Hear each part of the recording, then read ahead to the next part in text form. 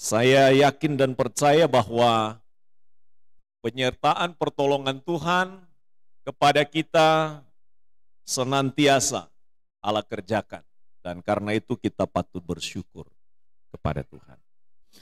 Pagi hari ini kita akan bersama-sama merenungkan firman Tuhan dari 1 Petrus pasalnya yang kedua, ayatnya yang ke-16. 1 Petrus pasalnya yang kedua, ayatnya yang ke-16. Di bawah tema orang merdeka dan hamba Allah. Kita baca bersama-sama bagian firman Tuhan ini, 1 Petrus pasal 2 ayat 16. 1, 2, 3. Hiduplah sebagai orang merdeka dan bukan seperti mereka yang menyalahgunakan kemerdekaan itu untuk menyelubungi kejahatan-kejahatan mereka. Tetapi hiduplah sebagai hamba Allah. Saya ulang sekali lagi. Hiduplah sebagai orang merdeka dan bukan seperti mereka yang menyalahgunakan kemerdekaan itu untuk menyelubungi kejahatan-kejahatan mereka, tetapi hiduplah sebagai hamba Allah. Bapak Ibu Saudaraku yang dikasihi oleh Tuhan, ada dua kesadaran yang harus senantiasa ada dalam pikiran, ada dalam hati kita sebagai orang-orang yang sudah percaya kepada Yesus. Kesadaran ini akan mempengaruhi cara kita berpikir, cara kita bersikap, dan cara kita bertindak dalam hidup kita sehari-hari. Kalau orang sadar, maka dia akan senantiasa awas terhadap segala sesuatu yang terjadi di sekitarnya. Kalau dia sadar, maka dia akan peka terhadap hal-hal yang dikerjakan dalam hidupnya. Kalau dia sadar, maka kesadaran seseorang lebih membawa dia untuk bisa melihat segala sesuatu secara lebih baik, secara lebih tepat, secara lebih jitu. Sehingga dengan demikian maka langkah-langkah pikirnya, langkah sikapnya, langkah dan tindakannya itu jauh lebih benar, jauh lebih tepat dan sesuai dengan maunya Tuhan dalam hidupnya. Nah, kesadaran yang pertama yang kita bisa lihat di dalam firman Tuhan yang baru kita baca ialah yang pertama, bahwa kita sekarang, bukan kemarin, kita sekarang adalah orang merdeka.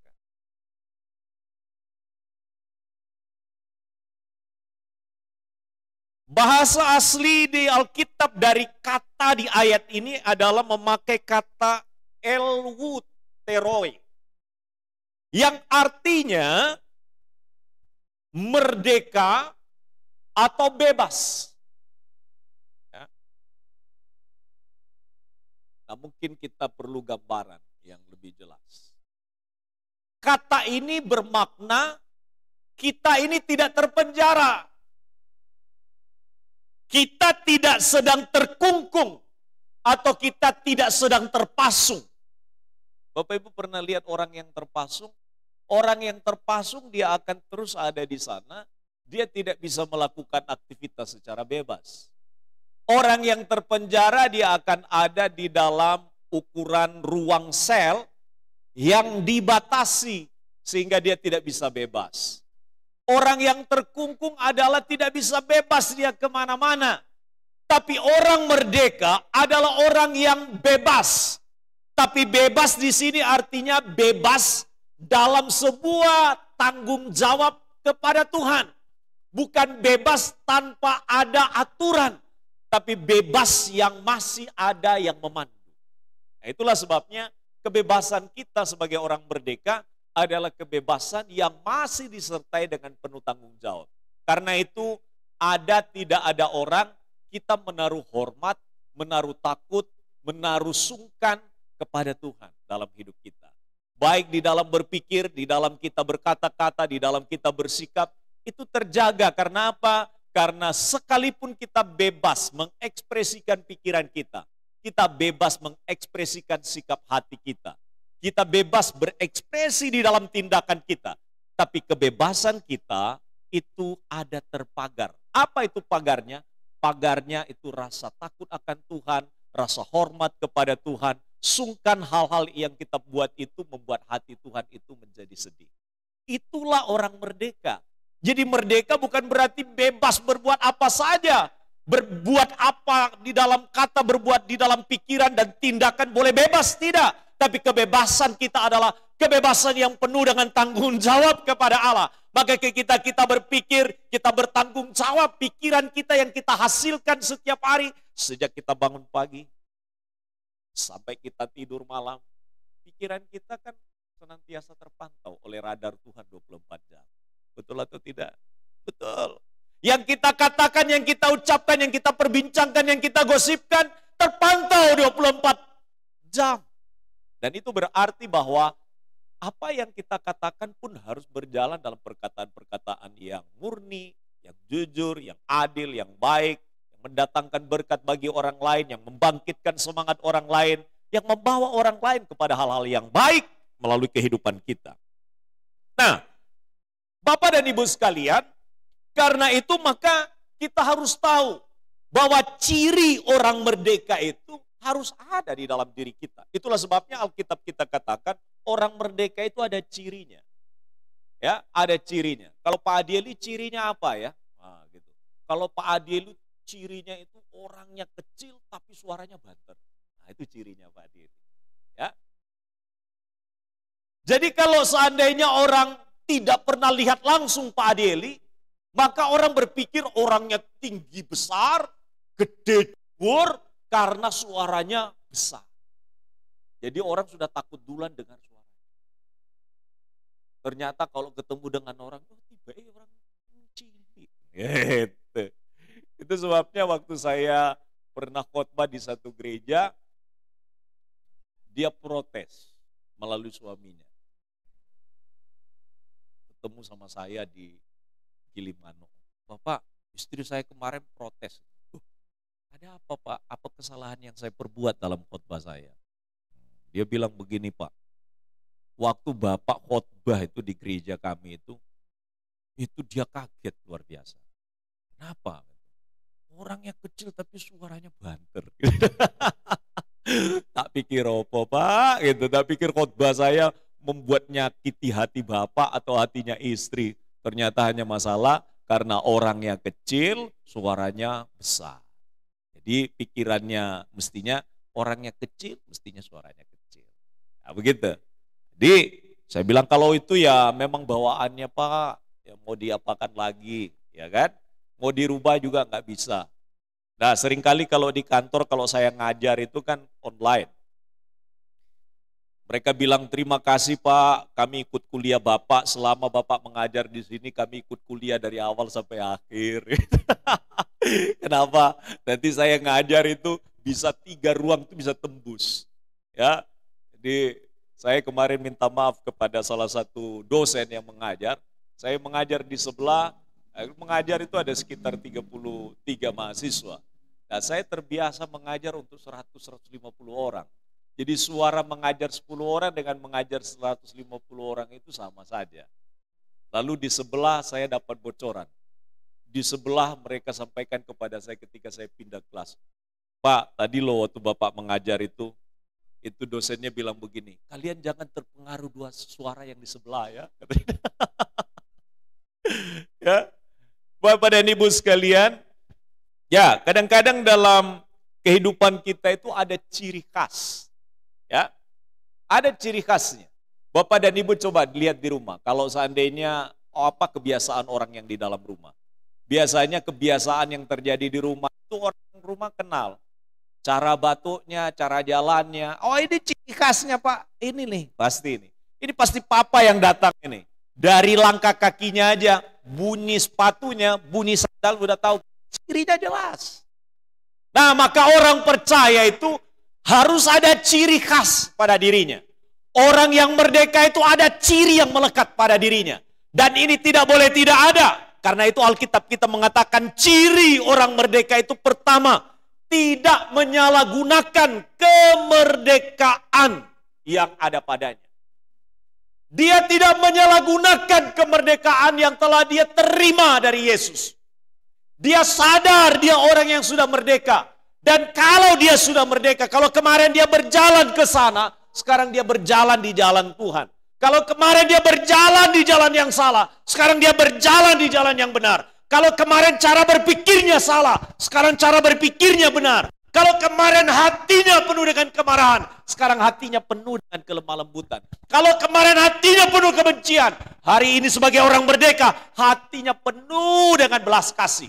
Kalau kemarin dia menyimpan dendam terhadap orang, hari ini setelah merdeka, dia menjadi orang yang pemaaf. Kalau kemarin dia orang yang suka mempergunjingkan kesalahan orang, sekarang dia membicarakan hal-hal yang baik tentang orang lain. Itu bedanya. Kalau masih ada ciri dan kebiasaan yang saya sebutkan tadi, setelah kita merdeka, berarti belum sungguh merdeka kita. Kita masih orang yang terpenjara dalam cara berpikir kita, kalau kita masih memikirkan hal-hal yang jelek tentang orang lain. Mana hal yang positif yang ditaruh Tuhan, pikiran kita ini kaya dengan segala hal yang baik. Bapak dan Ibu sekalian, maka ciri orang yang merdeka adalah tidak menyalahgunakan kemerdekaan. Orang merdeka menggunakan kemerdekaannya untuk berbuat apa? Untuk berbuat yang benar. Orang yang merdeka adalah orang-orang yang telah beres hatinya, beres pikirannya, dan juga tindakannya. Cara berkata-katanya benar, cara berperilakunya juga benar. Berpikir, berkata, menulis di WA, bersikap matang. Maka kata-kata buruk tidak mungkin keluar di WA-nya. Kata-kata buruk keluar dari bibirnya. Kata-kata yang menyakiti hati orang tidak mungkin keluar dari perkataannya. Kata-katanya itu selalu menyegarkan hati. Memberikan kepada kita suasana yang menyenangkan. Nah karena itu Bapak Ibu sedikit bicara supaya kita jangan banyak kesalahan. Susahnya ini kalau jadi pengkhotbah ini harus banyak bicara. Coba kalau pengkhotbah tidak bicara kan susah. Ya. Dan karena itu kalau seorang pengkhotbah berbicara, dia harus berbicara dalam koridor firman supaya dia tidak meleset, ya, di dalam perbincangannya, di dalam perkataannya. Nah, karena itu Bapak dan Ibu sekalian, Alkitab kita katakan bahwa di mana banyak bicara, di situ biasanya banyak kesalahan. Karena itu kalau kumpul sama ibu-ibu di PKK, hindari untuk mencari perbincangan-perbincangan yang menyebabkan terjadinya pergunjingan. Ya kan? Kalau ngopi perbincangkan hal yang dapat memberikan kepada kita semangat dalam hidup. Ya, begitu. Nah, biasanya hal-hal seperti ini seringkali memancing kita. Makanya Amsal pasal 10, ya. Amsal pasal 10 ayat 19 sampai 21 berkata begini. Di dalam banyak bicara pasti ada pelanggaran. Alkitab bilang pasti ada pelanggaran. Karena itu jangan terlalu banyak bicara kita. Ya, sedikit bicara tapi berbobot. Daripada banyak bicara nggak ada isinya. Ya, makanya peribahasa bilang begini, jangan sampai seperti tong kosong nyaring bunyinya. Begitu, tidak ada isinya. Karena itu kita buang-buang energi, buang-buang kata, buang-buang waktu hanya untuk memperkatakan hal yang tidak punya arti, hal-hal yang kosong. Maka Alkitab kita mengingatkan kita, lidah orang benar seperti perak pilihan, tetapi pikiran orang fasik sedikit nilainya. Jadi pikiran orang-orang yang benar itu berkualitas, bernilai. Ya, seperti pinggan perak. Pinggan perak itu artinya seperti pilihan-pilihan yang berkualitas yang ditampilkan dan dilahirkannya.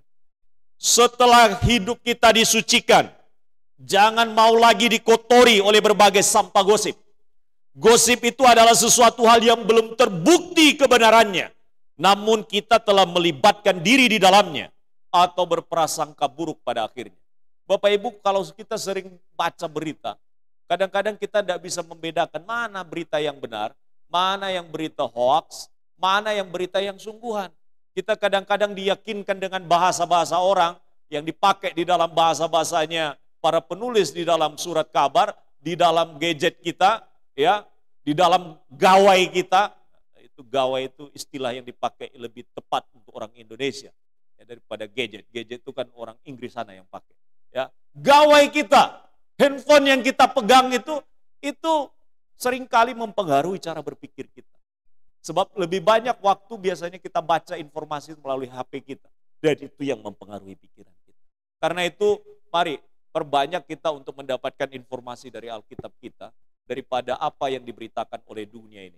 Karena apa yang masuk dalam pikiran kita itu yang mempengaruhi cara berpikir kita. Apa yang kita terima, yang kita konsumsi dalam pikiran kita, itu yang akan mempengaruhi pikiran kita. Semakin besar pengaruh kebenaran Allah dalam pikiran kita, itu akan mewarnai hidup kita. Semakin kecil waktu kita untuk kebenaran firman Allah mempengaruhi, maka dunia dengan semua informasinya akan mengacaukan cara berpikir kita. Karena itu orang merdeka tidak boleh lagi mengotori pikirannya dengan hal-hal yang merusak, hal-hal yang tidak benar. Dapatkan informasi. Ada informasi yang benar, segala sesuatu diuji kebenarannya. Sehingga dengan demikian kita tidak menjadi salah dan kemudian menjadi bersalah di dalamnya. Bapak dan Ibu, pikiran dan hati kita tercermin dari mana? Dari kata-kata kita. Jangan kita buang energi. Ya, kita dapat menilai orang berdasarkan apa? Berdasarkan kata-katanya. Kita dapat menilai seseorang, dia punya kelakuan seperti apa dari kata-katanya. Dari kata-katanya kita dapat menilai seseorang seperti apa sifatnya, seperti apa orangnya. Karena itu Bapak dan Ibu, manusia sekarang yang ada di sekitar kita gampang tersulut, gampang terprovokasi dengan isu-isu yang sengaja disampaikan orang untuk memperkeruh keadaan. Manusia zaman sekarang gampang sekali menuding orang lain. Sementara dia tuding orang lain, ada 4 jari menghadap ke dia.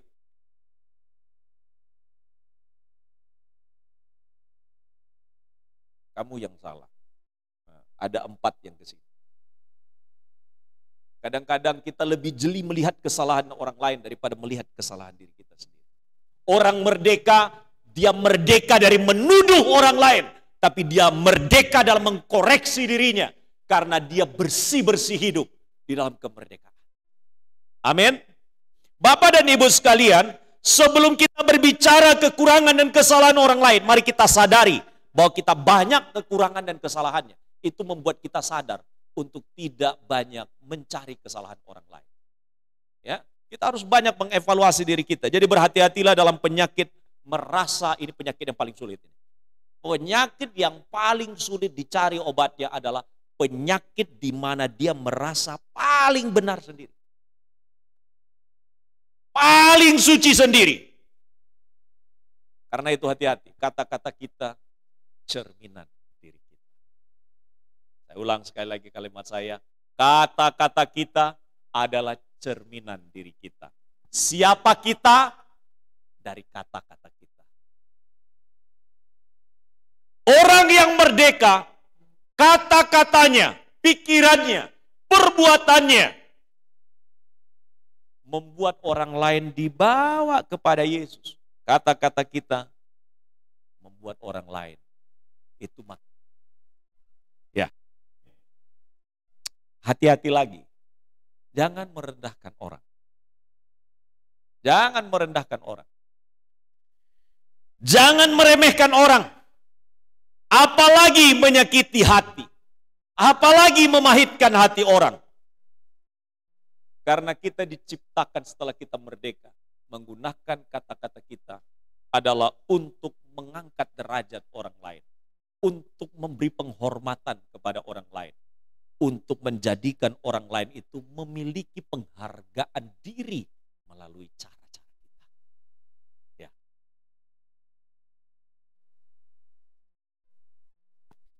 Dua minggu yang lalu saya hadir dalam persekutuan. Saya tidak khotbah. Saya hanya main musik saja. Lalu pengkhotbahnya bertanya. Nah, kebetulan ini di tengah dari persekutuan karyawan. Ditanya. Dia adalah orang yang menjadi karyawan di bagian HRD. Bagian HRD itu ya, human resources development. Jadi pengembangan kemampuan, keahlian dari karyawan itu dia tahu rahasianya. Jadi tahu satu persatu setiap orang yang bekerja. Nah, itu bagiannya dia. Lalu pengkhotbah tanya begini, menurut kamu, kan kamu tahu banyak nih tentang mereka-mereka ini yang karyawan-kawan ada di sini. Menurut kamu kalau yang si ini gimana? Kalau si ini gimana? Kalau si ini gimana? Jadi sudah 5 orang disebut. Kesimpulannya dia jawabnya begini, semuanya baik Bu, baik. Jawabannya baik. Tapi pengkhotbahnya nggak puas sampai di sana. Pengkhotbahnya tanya begini, baiknya dia apa menurut Ibu? Bisa disebutkan? Lalu disebutkan mulai dari ujung, dia sebutkan begini, Bu, kalau yang Ibu yang di bagian ujung itu apa saja dibawa dalam doa. Wah, saya pikir kalau saya yang duduk di situ, hati saya terangkat. Kalau awalnya kurang doa jadi lebih semangat lagi setelah itu. Ya. Terus tanya di sebelahnya, kalau ibu yang sebelahnya gimana? Kalau ibu yang di sebelahnya itu, wah dia orangnya semangat di dalam kerja. Ya, semangat di dalam kerja. Terus tanya di sebelahnya lagi, kalau di sebelahnya lagi gimana? Kalau ibu ini, ya biasanya dia itu, selalu gembira dia. Ya, dia selalu menampilkan kegembiraan di dalam masa kerja sejak dari pagi sampai dengan sore. Terus terakhir makin mendekat ke saya, tanya yang di sebelahnya, itu laki-laki di tempat saya, sudah berkeluarga, tanya di situ. Kalau bapak ini gimana? Wah, kalau bapak ini sangat setia ini, yang ini. Dia adalah orang yang sangat bertanggung jawab. Geser ke tempat saya. Jadi saya pun ditanyai, kalau menurut ibu, sekian lama sudah bersama dengan Pak Adeli, menurut ibu bagaimana Pak Adeli? Wah, saya yang disampaikan yang jelek-jelek, yang bagus-bagus semua. Wah, kita jadi bersuka cita, bergembira.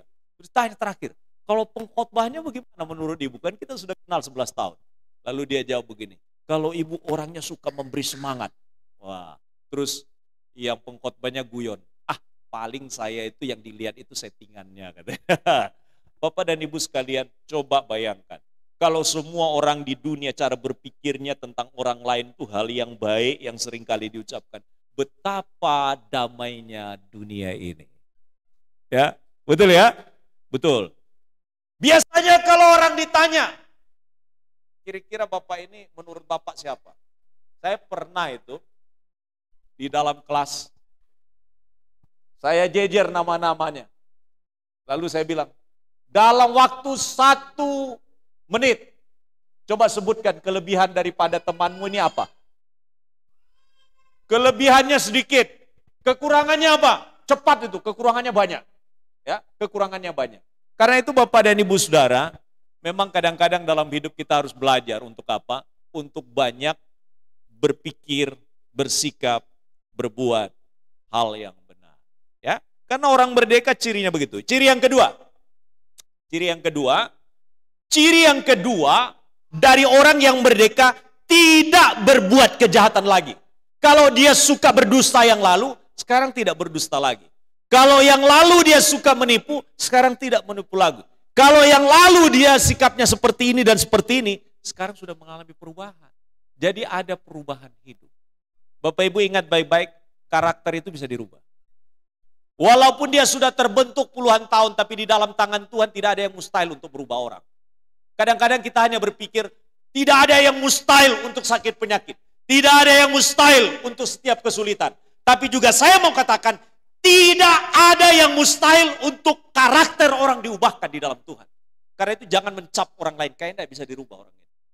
Itu kata-kata itu harus dicabut dari kebiasaan-kebiasaan orang percaya yang sudah merdeka dalam Tuhan.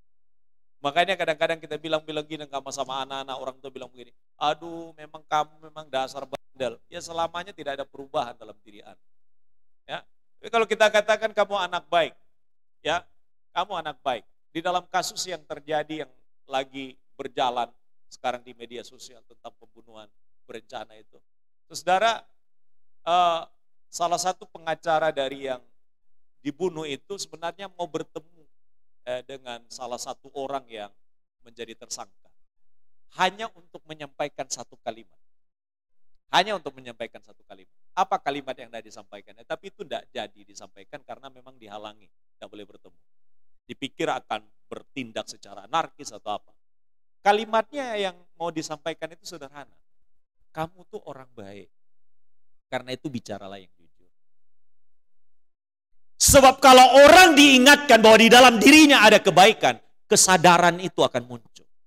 Tapi ketika orang mencap dia, kamu adalah orang jahat, kamu perancang kejahatan, selamanya dia tidak akan memunculkan kebaikan yang ada di dalam dirinya. Tapi sayang sekali pertemuan itu tidak terjadi.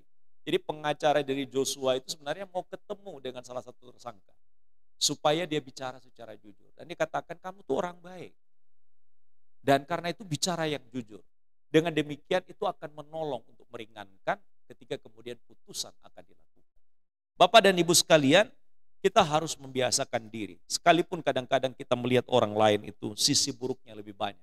Tapi saya mau katakan seburuk-buruknya orang, hal yang baik pasti masih ada dalam dirinya. Sebaik-baiknya orang, dia juga kemungkinan masih ada kekurangan di dalam dirinya. Tapi kita tidak hendak mengorek kekurangannya, tapi juga hendak memunculkan kebaikan-kebaikan yang ada pada diri. Amin, Bapak dan Ibu. Coba toleh kiri, kamu orang baik. Ya, coba kalau kita bilang dia, kamu orang jahat. Waduh, dia marah sama kita. Kamu tuh orang apik, orang baik kamu itu. Ya, orang baik. Ya.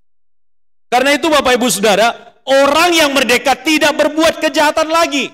Ya, kita tidak merancang kejahatan terhadap sesama kita. Kejahatan itu biasanya dimulai dari hati. Dimulai dari hati. Itulah sebabnya Yesus menegur orang Farisi. Di dalam Alkitab di Lukas pasal 11 ayat 39. Tuhan Yesus berkata kepada orang Farisi, kamu orang Farisi, kamu membersihkan bagian luar dari cawan dan pinggan, tetapi bagian dalam penuh dengan rampasan dan kejahatan. Dan memang mereka sulit sekali diingatkan, dinasehati itu tidak mau dengar. Ya, diberikan kepada mereka nasihat berkali-kali, tidak mau dengar. Kenapa? Orang Farisi itu kan dari kata perus. Kata perus itu di dalam bahasa Ibrani artinya adalah orang yang menjelaskan. Orang yang biasanya memberikan kepada orang itu loh penerangan. Memberikan kepada orang ilmu pengetahuan. Sehingga orang-orang itu jadi terbuka pikirannya. Nah karena itu Yesus katakan, kamu mengajar orang lain, kamu memberitahu orang lain. Tapi apa yang kamu ajarkan, apa yang kamu beritahu kepada orang lain, kamu sendiri itu tidak melakukannya. Karena itu tegur mereka, bagian luarnya bersihkan, penampilanmu kelihatan bagus, tapi hatimu penuh dengan kejahatan dan kemunafikan. Karena itu diperbaiki, bersih di luar, bersih di dalam. Karena gambaran luar adalah berasal dari dalam. Yesus katakan, apa yang membuat halal? Sebenarnya bukan berasal dari makanan yang kita makan dari luar. Yang membuat menjadi najis adalah dari apa yang keluar dari hati. Itu yang menajiskan kita. Karena itu Bapak dan Ibu sekalian, maka jaga hati kita, jaga pikiran kita, jaga tindakan kita. Supaya kita tidak berbuat kejahatan dalam hidup. Jangan menambah lagi kejahatan. Berhenti dan cukup sampai di mana kita dulu telah berhenti untuk melakukannya. Dan sekarang kita hidup untuk Kristus, melakukan kebenaran, melakukan kejujuran, kebaikan, dan hal-hal yang dikenan oleh Allah Bapa kita. Ingat-ingat, coba periksa kantong Bapak Ibu berapa ya? Ada berapa kantongnya sekarang? Ada yang tidak punya kantong? Puji Tuhan. Kalau tidak ada punya kantong, lebih berbahaya lagi. Kalau saya memberikan gambaran itu loh, yang punya 2 kantong, kantong sebelah kiri adalah kantong keburukan orang lain, kalau kantong sebelah kanan, kantong kebaikannya. Makanya rata-rata kita punya kantong ini lebih banyaknya di sebelah kiri. Kadang-kadang lebih banyak kita menyimpan keburukan orang. Disimpan dalam hati kita. Kantong kebaikan kita, kebaikan orang terhadap kita, kebaikan orang lain terhadap kita, kadang-kadang kita lupakan. Ya. Karena itu tolong bagian fashion, yang bekerja di dunia fashion, tolong dirubah. Kantongnya tolong dipindah ke sebelah kanan. Yang kantongnya 2 apa? Di kantongnya 2. Ini jangan salah-salah paham loh ya. Nanti disalah pahami lagi. Sejak ini saya lepas kantong saya yang 1. Enggak. Maksud saya itu begini. Jangan simpan kantong kebaikan orang yang sebelah kanan, tapi juga jangan menyimpan hanya kantong keburukan orang, tapi juga kantong kebaikan. Ya, biarlah kita hanya ada 1 kantong dalam diri kita, itu kantong kebaikan orang. Ya, jangan dua-duanya, keburukan disimpan tapi kebaikan juga disimpan. Makanya nanti itu gado-gado itu. Ya, kita kadang-kadang memperlakukan orang jadi tidak nyaman akhirnya orang lain dengan cara-cara kita. Ya, jadi yang punya kantong 2 itu yang 1 tolong dikunci. yang satunya diisi. Apa itu? Kebaikan orang itu disimpan dengan baik dalam hati kita. Seumur hidup saya ingat, Pak Hadi itu pernah ini. Gitu. Waduh, saya ingat Pak Hadi itu ini. Wah, itu waduh luar biasa itu. Tapi kayaknya tidak ada yang baik pada diri Pak Hadi. Waduh, tega sekali gitu ya. Orang sebaik ini loh, masa nggak ada yang baik pada dirinya. Wah gitu. Makanya saya katakan Bapak Ibu, ini bagian penting dalam hidup kita. Yaitu orang merdeka cirinya yang pertama apa? Tidak menyalahgunakan kemerdekaan. Yang kedua, dia tidak berbuat kejahatan lagi, berarti berbuat kebaikan. Dia menggunakan kemerdekaannya berbuat hal-hal yang baik, hal-hal yang benar, hal-hal yang dikenan oleh Tuhan. Katakan amin. Nah yang kedua, yang terakhir. Yang kedua, kesadaran yang kedua yang harus meresap dalam pikiran hati kita. Bahwa kita ini adalah hambanya Allah. Kita ini hambanya Gusti. Kita ini abdinya Tuhan. Nah kalau kita mengabdi kepada Tuhan berarti kan cara kita memiripi Tuhan kita itu harus terus menerus. Ya, kalau dalam Alkitab kita disebut sebagai doulos. Doulos itu adalah orang yang berada di dalam hidup sudah tidak berkuasa lagi atas hidup. Maka cara hidupku itu berbeda. Makanya lagunya bilang begini, hidupku bukannya aku lagi, tapi Yesus dalamku. Hidupku bukannya aku lagi, tapi Yesus dalamku. Yesus hidup dalamku. Yang hidup di dalam kita, itu adalah Yesus. Maka tidak judi lagi. Yang lalu judi, sekarang tidak judi lagi. Ya kan? Karena Yesus sudah ada hidup di dalam diri kita. Kalau yang dulu peminum, sekarang hanya minum air putih saja. Nah, begitu. Ya, dulu kan suka mabuk. Ya. Makanya kemarin saya tertawa-tawa itu. Katanya orang yang paling rohani di Indonesia itu suku yang paling rohani itu hanya dua saja. Yang pertama adalah orang Batak dan orang Manado. Ya. Katanya begitu. Itu gurauannya seorang hamba Tuhan. Kenapa? Orang mabuk pun mereka masih nyanyi lagu rohani. Iya, masih lagu rohani. Bahkan main gaple aja loh, main domino itu loh. Masih nyanyi lagu rohani. Bagaimana itu di warung kopi? Nyanyi lagu rohani tapi main judi. Bagaimana itu? Nah, tapi di sini tidak ada. Amin ya.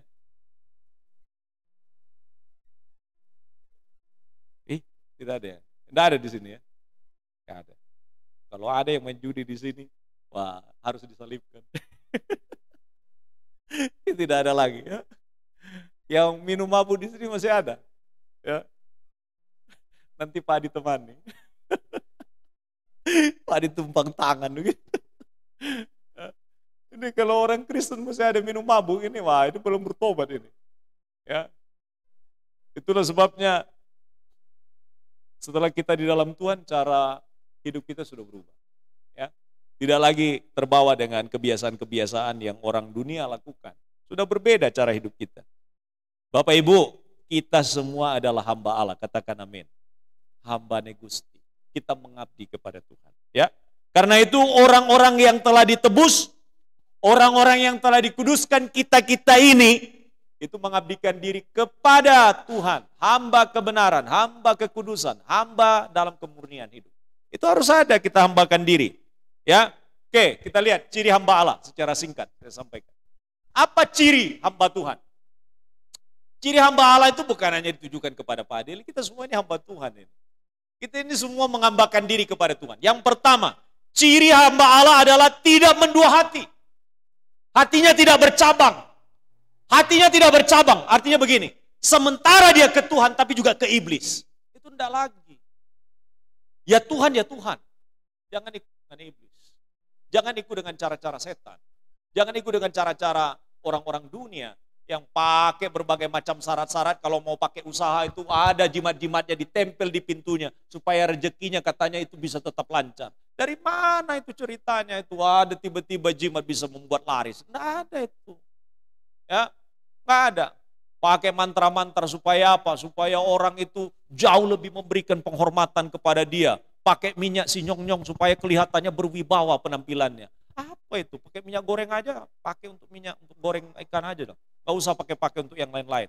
Tapi masih banyak orang yang seperti itu. Ada di dompetnya tuh kantongi itu tanah dari leluhurnya. Katanya saya ini akan memiliki kebebasan untuk dapat menjadi orang sukses di negeri orang. Karena saya cinta tanah air. Bawa tanah di dalam dompetnya. Itu saya ketemu orang-orang seperti itu. Ada. Kurang sakti. Pergi ke orang yang pakai ilmu perdukunan. Pakai ikat pinggang. Katanya supaya tidak kena kepada hal-hal yang buruk. Enggak dibuat orang jadi buruk ya terhadap dirinya. Tahan mempan, dia tidak kena terhadap kemampuan untuk ditusuk orang. Wah ini kan orang-orang yang sisi bilang anak Tuhan tapi di sisi lain anaknya setan. Kan tidak bisa begitu. Karena itu orang yang merdeka tidak lagi mendua hati. Hatinya itu loh hanya untuk Tuhan saja. Katakan amin. Amin. Bapak Ibu, ada loh tawaran supaya cepat bisa kaya. Kalau Bapak Ibu googling, lihat cara cepat kaya. Ada caranya. Ada. Tapi ujung-ujungnya binasa. Coba lihat orang pergi ke Gunung Kawi ramai-ramai. Hanya untuk tunggu jatuhnya daun. Kenapa orang Gunung Kawi tidak kaya-kaya? Setiap hari itu daun jatuh. Karena apa yang kita percaya itu yang akan terjadi. Kalau kita percaya Tuhan berkati hidup kita, Tuhan akan tolong kita. Jangan dipahami, diberkati Tuhan itu hanya duit saja. Kita diberkati kesehatan, kalau kita sakit tidak bisa cari duit. Maka kita kadang-kadang lupa bersyukur juga kalau sehat itu adalah modal dalam hidup. Jangan bilang, saya tidak punya apa-apa, Pak. Lupa kita. Kita punya apa-apa, kita masih punya tangan, kita masih punya kaki, kita masih punya pikiran. Sehingga kalau kita bilang, saya tidak punya apa-apa, salah. Kita masih punya apa-apa. Punya Yesus, punya kekuatan, punya pikiran, punya keahlian, punya kemampuan. Pasti Tuhan akan tolong. Karena itu kalau orang bilang begini, saya sudah tidak punya apa-apa lagi Pak. Saya sudah menyerah pada kenyataan hidup yang harus saya hadapi. Salah kita. Kita masih punya apa-apa. Amin. Ayo, orang merdeka, dia merdeka dalam cara berpikirnya. Dia tidak terkungkung dan terbatasi oleh hal-hal yang membatasi dirinya dengan cara berpikirnya yang sempit. Dia jauh lebih terbuka untuk melihat bahwa semua cara Tuhan itu untuk dapat menolong itu luar biasa. Ya, karena itu Bapak dan Ibu sekalian, jangan pernah mendua hati. Ciri hamba Allah adalah dia memiliki hati yang tetap pada Tuhan saja. Jangan pernah beralih kepada yang lain atau jalan-jalan pintas. Yang kedua, ciri daripada hamba Allah, tidak lagi menghambakan diri kepada roh-roh dunia. Ini pergi ke kuburan, minta doa restu segala macam, ya. Yang mau tunangan, minta doa restu sama mbah di kuburan. Itu enggak ada itu. Enggak, dia bilang begini, iya saya beri restu. Nanti tanggal sekian kamu menikah itu pasti tepat waktunya. Enggak ada itu. Ada.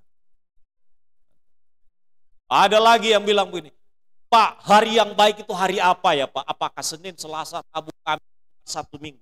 Enggak, hari baik. Ada enggak hari baik? Semua hari baik. Semua hari baik, enggak ada yang enggak baik. Tapi salah seorang teman karena ingin memberikan respon terhadap pertanyaan orang yang suka cari hari yang baik. Lalu dia bilang begini, Pak, hari yang paling baik itu Pak, itu hari Minggu. Loh kok bisa? Karena orang semua libur, kalau Bapak mau pindahan di hari Minggu, minta tolong sama tetangga, mereka libur, Bapak bisa tertolong. Jadi hari baik itu hari Minggu Pak. Kalau hari lain, semua lagi kerja, bagaimana Bapak bisa minta tolong? Oh gitu ya Pak? Ya, karena itu kalau pindahanlah di hari Minggu. Ada lagi, enggak mati-mati orangnya. Lalu minta didoakan supaya mati. Kalau orang dunia pakai apa? Pakai daun kelor. Katanya kalau seandainya dia dikipas atau dipukul-pukul pakai daun kelor itu cepat mati. Lu enggak mati-mati orangnya. Terus akhirnya teman ini bilang begini, iya pantas saja, coba pakai batangnya. Pasti mati. Jangan daunnya, lama matinya. Pakai batangnya itu loh. Sekali pukul pasti tewas sudah.